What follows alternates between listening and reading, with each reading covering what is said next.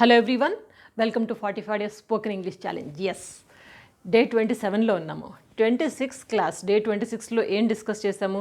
Simple future tense. Simple future టెన్స్లో అఫర్మేటివ్లో normal future, strong future.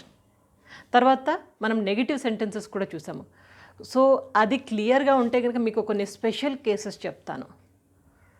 అంటే సింపుల్ ఫ్యూచర్ టెన్స్ని ఎలా వాడతాము, చాలా రకాలుగా వాడచ్చు. ఓన్లీ రూల్ నేర్చుకోగానే సరిపోదు, ఇంకా రకరకాలుగా వాడచ్చు. ఎలా వాడతాము, ఎలా యూజ్ చేస్తాము అనే వాటి గురించి 3 సెగ్మెంట్స్లో చెప్తాను ఈరోజు క్లాస్. చివరి దాకా అస్సలు మిస్ అవ్వకుండా చూడండి. బై ది వే, ఈ వీడియోస్ ఫార్వర్డ్ చేయడం అవసరమైన వాళ్ళకి, స్పెషల్లీ ముఖ్యంగా విద్యార్థులకి, కాంపిటేటివ్ ఎగ్జామ్స్ ప్రిపేర్ అయ్యే వాళ్ళకి తప్పకుండా ఫార్వర్డ్ చేయండి. సరే, ఈ స్పెషల్ 3 కేసెస్ ఏంటి సింపుల్ ఫ్యూచర్ టెన్స్లో? సో ఫస్ట్ చూడండి, మీకు నేను చిన్నగా ఎగ్జాంపుల్లో చెప్తున్నాను. ఇఫ్ వాడుతూ 2 సెంటెన్స్ని ఎలా కలుపుతాము. ఇఫ్ కండిషన్ చూడండి, ఇఫ్ కండిషన్ వాడుతూ మనము 2 సెంటెన్స్లను తీసుకొని ఒక ఘటన, రెండవ ఘటన, ఆ 2 కలుపుకొని మనం ఫ్యూచర్ టెన్స్లో, సింపుల్ ఫ్యూచర్ టెన్స్లో ఎలా వాడతామో అది చూపిస్తున్నాను ఈ ఫస్ట్ కేసు. దీంట్లో మీకు 2 ఎగ్జాంపుల్స్ కూడా ఇస్తున్నాను. ఫస్ట్ చూడండి, ఆమె భర్త అనుమతిస్తేనే ఆమె పార్టీకి వెళ్తుంది. ఆమె భర్త అనుమతిస్తేనే అంటే హస్బెండ్ అలో చేస్తేనే ఆమె పార్టీకి వెళ్తుంది. ఇక్కడేంటి, 2 ఘటనలు ఉన్నాయి. ఒకటేంటి, హస్బెండ్ అలో చేస్తే, అనుమతిస్తేనే, అది ఒకటి. ఆమె పార్టీకి వెళ్తుంది రెండవది. 2 ఘటనలు ఉన్నాయి. ఈ 2 కలుపుకొని మనం, ఇది ఫ్యూచరే, అనుమతిస్తేనే ఆమె పార్టీకి వెళ్తుంది, 2 ఫ్యూచరే. దీన్ని ఎలా చెప్తాం చూడండి. ఇక్కడ మనము అనుమతిస్తేనే ఆమె పార్టీకి వెళ్తుంది అంటున్నవి. ఇక్కడ చూడండి, she will go to the party. ఆమె పార్టీకి వెళ్తుంది. ఇది సింపుల్ ఫ్యూచర్ మనకి. ఓకే, పార్టీకి వెళ్తుంది. If her husband allows her, ఆమె హస్బెండ్ అలౌ చేస్తేనే అనేది మనకి ప్రెజెంట్ టెన్స్లోకి వస్తుంది. అనుమతిస్తే వెళ్తాడు, అనుమతి ఇవ్వబోతే అనట్లేదు కదా. సో హస్బెండ్ అలౌ చేస్తేనే, if her husband allows her. ఇక్కడ 2 సంఘటనలు. ఫస్ట్ది ఏంటి, హస్బెండ్ అనుమతిస్తేనే కదా ఆమె పార్టీకి వెళ్ళేది. కాబట్టి మనం if her husband allows her అనేది ఫస్ట్ సంఘటన. ఇది ఎట్లా ఉంది, సింపుల్ ప్రెజెంట్ టెన్స్లో ఉంది. హర్ హస్బెండ్ అలౌస్ కదా, అలౌస్ అనేది మనకి సింపుల్ ప్రెజెంట్ టెన్స్లో ఉంది. తర్వాత she will go to the party అంటే ఆమె పార్టీకి వెళ్తుంది, అది సింపుల్ ఫ్యూచర్. బట్ పార్టీకి ఎప్పుడు వెళ్తుందో హస్బెండ్ అలౌ చేస్తాయి. కాబట్టి మనం దీన్ని సెకండ్ సంఘటన అంటున్నాము. క్లియర్ కదా. ఈ 2 సంఘటనలు కలుపుకొని మనం ఒక చిన్న వర్డ్ యూస్ చేస్తున్నాం. అది ఏంటి అంటారా, ఇఫ్. ఓకే, ఇఫ్ అనే సెంటెన్స్ని వాడుతూ మనము, గుర్తుపెట్టుకోండి, ఇఫ్ సెంటెన్స్ని వాడుతూ మనము ఒక సెంటెన్స్ని ఫ్రేమ్ చేస్తున్నాం. చూడండి, మళ్ళీ చూడండి, ఆమె భర్త అనుమతిస్తేనే ఆమె పార్టీకి వెళుతుంది. She will go to the party if her husband allows her. ఇక్కడ ఫస్ట్ సంఘటన సింపుల్ ప్రెజెంట్ టెన్స్లో ఉంది, సెకండ్ సంఘటన సింపుల్ ఫ్యూచర్ టెన్స్లో ఉంది. క్లియర్ కదా. ఇదొకటి ఇఫ్తో. ఇంకొకటి తీసుకుందాం. వర్షం పడితే నేను స్కూల్కి వెళ్ళను. వర్షం పడితే అంటే ఫ్యూచర్ కదా ఇది. నేను స్కూల్కి వెళ్ళను, నేను స్కూల్కి అయితే వెళ్ళను. ఇది కూడా మనకేమవుతుందంటే స్కూల్కి వెళ్ళాలని చెప్తున్నాం మనం. ఈ 2 సంఘటనలు మనం ఎలా తీసుకుంటామంటే, I will not go to the school if it rains. వర్షం పడితే అంటున్నాము. వర్షం పడితే, ఇఫ్ ఇట్ రెయిన్స్, ఇదేంటి, సింపుల్ ప్రెజెంట్ టెన్స్. అంటే సింపుల్ ప్రెజెంట్ టెన్స్లో మనం ఇఫ్ ఇట్ రెయిన్స్ అనేసి I will not go to the school, నేను స్కూల్కి వెళ్ళను ఫ్యూచర్లో కదా. కాబట్టి ఇది simple future, I will not go to school. Okay, ఇక్కడ ఏంటి మనకి, ఇఫ్. మళ్ళా ఇక్కడ ఇఫ్ అనేది కనెక్టింగ్ అనమాట. సో కాబట్టి వర్షం పడితే నేను స్కూల్కి వెళ్ళను అనేదానికి I will not go to the school if it rains కదా. సో ఇది ఇఫ్ కండిషన్ని వాడుతూ మనము సింపుల్ ఫ్యూచర్ టెన్స్లో 2 సంఘటనలు ఎలా కలుపుతున్నామో అది చూడడానికి మనకి ఈ 2 ఎగ్జాంపుల్స్. క్లియర్ కదా. ఇఫ్ కండిషన్ మనం చక్కగా వాడుకోవచ్చు ఇక్కడ. ఇక నెక్స్ట్ సెకండ్ సెగ్మెంట్, ఇది ఒక సెగ్మెంట్. సెకండ్ సెగ్మెంట్లో ప్లాన్డ్ యాక్షన్.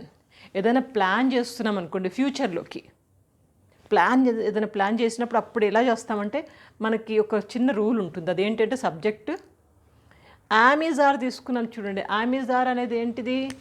ఇది బీ ఫార్మ్స్ నేర్చుకున్నాం కదా. మనకి 45 డేస్ స్పోకెన్ ఇంగ్లీష్లో సెకండ్ థర్డ్ క్లాస్లని బీ ఫార్మ్స్ నేర్పించాను, అక్కడ నేర్చుకున్నాము. ఇక్కడ ఏంటంటే యామ్ ఈజ్ ఆర్ తీసుకున్నాం, subject plus am is are, రెండు అంటే మూడిట్లో ఏదో ఒకటి, యామ్ ఈజ్ ఆర్ మూడిట్లో ఏదో ఒకటి తీసుకున్నాము. విల్ షల్ రావట్లేదండి ఇక్కడ. విల్ షల్ రాకుండా యామ్ ఈజ్ ఆర్ తీసుకొని కూడా మనము సింపుల్ ఫ్యూచర్ టెన్స్ చేసుకోవచ్చు. ఎలా చేసుకోవచ్చు చూడండి. ఇప్పుడు బీ ఫార్మ్స్ వచ్చినప్పుడు మనకు తప్పనిసరిగా గోయింగ్ టు అనేది కంపల్సరీగా రావాలి, గుర్తుపెట్టుకోండి. గోయింగ్ టు అనేది కంపల్సరీ. అండ్ V1 ఆబ్జెక్ట్ నార్మలే, ఇది కండిషన్ గుర్తుపెట్టుకోండి. ప్లాన్డ్ యాక్షన్, ఏదైనా ప్లాన్ చేసే యాక్షన్ తప్పకుండా వెళ్ళాలి, నేను ఇది చేస్తాను, ఇది కావాలి, ఇది అవ్వాలి అంటామనుకోండి, అప్పుడు మనం ఇలా తీసుకుంటాం. యామ్ ఈజ్ ఆర్ యూస్ చేస్తూ సబ్జెక్ట్ ప్లస్ బీ ఫార్మ్స్లో ఏదో ఒకటి, యామ్ ఈజ్ ఆర్ మూడిట్లో ఏదో ఒక్కటి తీసుకుంటాము, గోయింగ్ టు అంటాము, V1 అండ్ ఆబ్జెక్ట్ నార్మలే. ఇప్పుడు 3 ఎగ్జాంపుల్స్ ఇస్తున్నాను చూడండి. George is going to visit our home tomorrow. George is going to visit our home tomorrow అంటే జార్జ్ రేపు మా ఇంటికి రాబోతున్నాడు. ఓకే, దానికి George is going to, is అనేది ఏంటి ఇక్కడ? Be form. Okay, going to compulsory చెప్పాను కదా, గోయింగ్ టు కంపల్సరీ రా. ఇక్కడ మనం విల్ షెల్ వాడట్లేదు, వాడకుండానే సింపుల్ ఫ్యూచర్ టెన్స్లో వాడుతున్నాం. ఇది George is going to visit our home tomorrow, George రేపు మా ఇంటికి రాబోతున్నాడు. ఇక్కడ జార్జ్ అంటే హీ కదా, హీకి ఈజ్ వస్తుంది కదా, is. He is going to, George is going to నేర్చుకున్నాం కదా. సో కాబట్టి George is going to visit our home tomorrow. Clear? Next, I'm going to fly to Delhi tomorrow.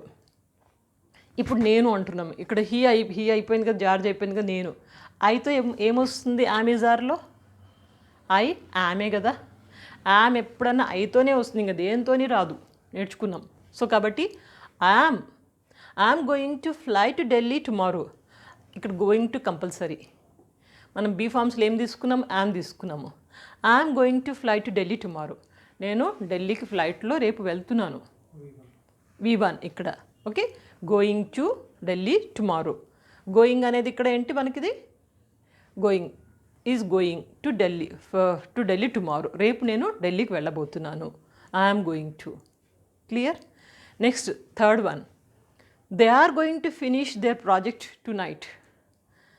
వాళ్ళు అంటున్నాము, వాళ్ళు అన్నప్పుడు మనకి ఆర్ వస్తుంది కదా.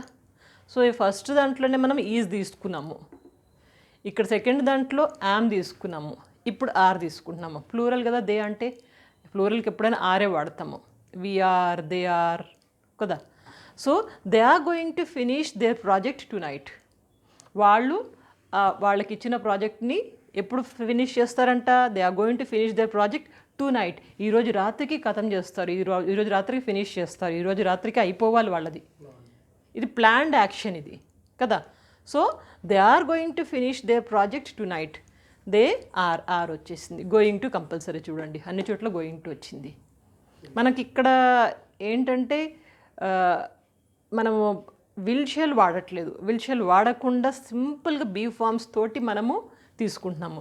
ఇక్కడ finish, they are going to finish అంటే చేయబోతున్నారు, V1 ఫినిష్ అంటే. ఓకే, సో ఇక్కడ కూడా fly V1, visit V1. I clear? కొంచెం మీరు ఈ చిన్న చిన్న రూల్స్ అనేది మైండ్లో తిరుగుతూ ఉండాలి. నేను ఇంత క్లియర్గా చెప్తున్నాను, ఇక అర్థం చేసుకొని కొంచెం మైండ్ కొంచెం పరిగెత్తించి రివైజ్ చేస్తూ బాగా మైండ్లో కూర్చోబెట్టుకొని అనుకుంటూ ఉంటే ఆటోమేటిక్ వస్తాయి. సో ఇది one way of speaking simple future tense in planned action. Planned యాక్షన్లో ఇలా మనం చేయొచ్చు. విల్ షల్ కంపల్సరీ కాదు. ఇక్కడ తీసుకున్నాం కదా, యామ్ ఈజ్ ఆర్ తీసుకున్నాము, గోయింగ్ టు అన్నాము అనేసి మనము సెంటెన్స్ చక్కగా వాడేసుకుంటున్నాము. ఇది సెకండ్ సెగ్మెంట్. థర్డ్ సెగ్మెంట్లోకి వెళ్తే కనుక ఎప్పుడైతే మనం క్వశ్చన్ అడుగుతామో, క్వశ్చన్ అడిగినప్పుడు 3 ఫామ్స్లో చెప్తాను మీకు ఈ క్వశ్చన్ అడగడంలో. అది సింపుల్ ఫ్యూచర్ టెన్స్లో రిక్వెస్ట్ ఒకటి, ఆఫర్, సజెషన్, ఇవన్నీ క్వశ్చన్సే. మనం క్వశ్చన్స్ అడగడానికి మనము విల్ షెల్ ఏది వాడతాము, ఇవి ఎవరు చెప్పరు, చాలా క్లియర్గా ఉంటుంది, మీకు అర్థం చేసుకోండి ఇది. సో రిక్వెస్ట్, ఎప్పుడైనా రిక్వెస్ట్ చేయాలనుకోండి, ఎప్పుడైనా గుర్తుపెట్టుకోండి, విల్తో మొదలు పెడతాం. రిక్వెస్ట్ ఎలా? క్వశ్చన్ అడుగుతున్నాం మనం, అప్పుడు విల్తోనే మొదలవుతుంది. ఎగ్జాంపుల్ చూడండి, it is very dark out side. బయట చాలా చీకటిగా ఉంది. బయట చాలా చీకటిగా ఉంది. Will you come with me? నువ్వు నాతో వస్తావా? ఇక్కడ ఏం చేస్తున్నాం మనము? రిక్వెస్ట్ చేస్తున్నాం అనమాట. Will you come with me? బయట చాలా చీకటిగా ఉంది. సో ఇలా అడుగుతున్నాం. ఇది ఒక వే అనమాట. ఇక నెక్స్ట్ చూడండి, ఆఫర్. మనం ఏదైనా ఆఫర్ చేయడానికి ఎప్పుడైనా షెల్తో మొదలు పెడితేనే కరెక్ట్గా చక్కగా ఉంటుంది సెంటెన్స్. ఇది ఎప్పుడు ఇంటరాగేటివ్లో. షెల్ ఆఫర్ చేయడానికి. ఎగ్జాంపుల్ చూడండి, shall I get you coffee? నేను నీకు కాఫీ తీసుకురానా? Shall I get you coffee? Will I get you coffee అనం కదా. చాలా అడుగుంటుంది అసలు. విల్ ఐ అనేది రానేది అప్పుడు. ఎప్పుడైనా కానీ ఏదైనా ఆఫర్ చేయాలన్నా shall I get you coffee. Okay. Next చూడండి, సజెషన్. ఏదైనా చిన్న సజెషన్ ఇవ్వాలనుకోండి, అప్పుడు కూడా షెల్లే వస్తుంది. ఓకే. ఓన్లీ రిక్వెస్ట్కే విల్ అంటున్నాము. ఇక్కడ ఆఫర్కి షెల్ అంటాము అండ్ సజెషన్ కూడా షెల్లే. ఎగ్జాంపుల్ చూడండి, shall we go to picnic tomorrow? Suggestion అనమాట. పోదామా, పిక్నిక్ పోదామా? Okay. Shall we go to picnic tomorrow? రేపు పిక్నిక్కి వెళ్దామా అంటున్నాము. షెల్ అంటేనే చాలా క్లియర్గా ఉంటుంది. ఆమె క్లియర్? షెల్ క్లియర్గా ఉందా? నేను కూడా క్లియర్గానే ఉన్నాను కదా. సరే, ముందు స్క్రీన్ షాట్ తీసుకోండి లేదా రాసుకోండి.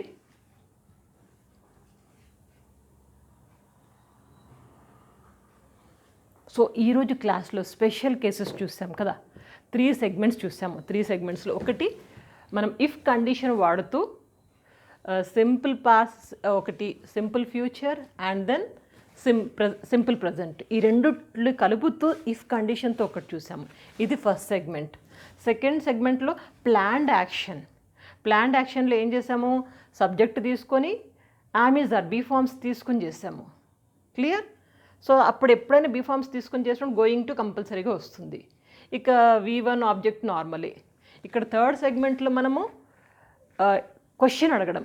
క్వశ్చన్ అడిగినప్పుడు రిక్వెస్ట్, ఆఫర్, సజెషన్.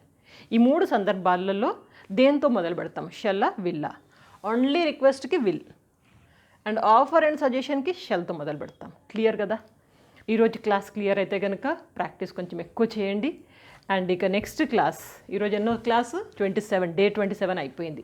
28th క్లాస్లో మీకు ఇంటరాగేటివ్ ఉంటాయి. ఇంటరాగేటివ్లో పాజిటివ్, నెగిటివ్ అండ్ ఎక్సర్సైజ్ ఉంటాయి అండ్ క్విజ్ కూడా ఇస్తాను. ఆ క్విజ్కి ఆన్సర్స్ మాత్రం నెక్స్ట్ 29 క్లాస్లో ఉంటాయి. కానీ మీరు ఎక్సర్సైజ్, క్విజ్ ఇవి మాత్రం అస్సలు మిస్ అవ్వకండి. మార్కుల గురించి చూసుకోవద్దు. Okay. So practice well. See you tomorrow. Good luck.